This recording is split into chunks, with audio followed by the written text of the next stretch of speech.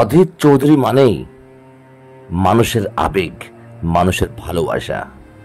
অধীর চৌধুরী মানে অন্তর্নিহিত আছে সমস্ত মানুষের আবেগ, ভালোবাসা, প্রেম, সম্পর্ক।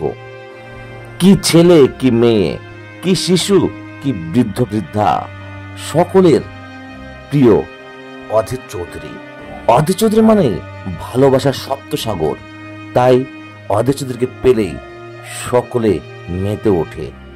অধীর চৌধুরীকে সামনে পেলেই শিশু, বৃদ্ধ, বালক, বালিকা, বৃদ্ধা, মহিলা সকলেই পাশে যেতে চায় এবং তার সঙ্গে সেলফি তুলতে চায়, তার দিকে হাত বাড়িয়ে দেয়, তাকে ছুতে চায়।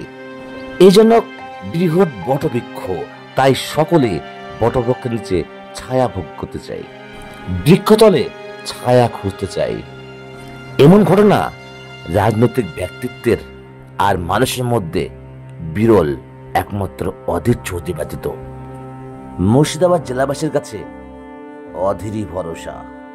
তাই মুর্শিদাবাদবাসীর সকল মানুষের একটাই কথা, সবার অধীর, তাই আবার অধীর।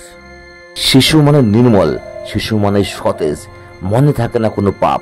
তাই অধীর চৌধুরীকে পেয়ে এই শিশু বাচ্চাটিও তাকে উপহার তুলে দিচ্ছে।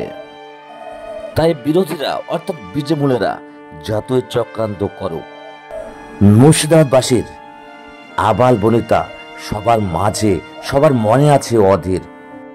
তাই বহরমপুরবাসী বলছে বারবার, সবার অধীর, তাই আবার অধীর। অধীর চৌধুরী ষষ্ঠবারের মতো নির্বাচিত হতে চলেছে। অধীর চৌধুরীর ডবল হ্যাট্রিক শুধুমাত্র সময়ের অপেক্ষা।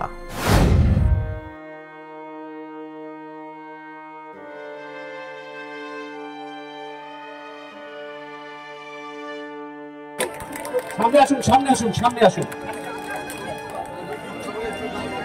সামনে আসুন।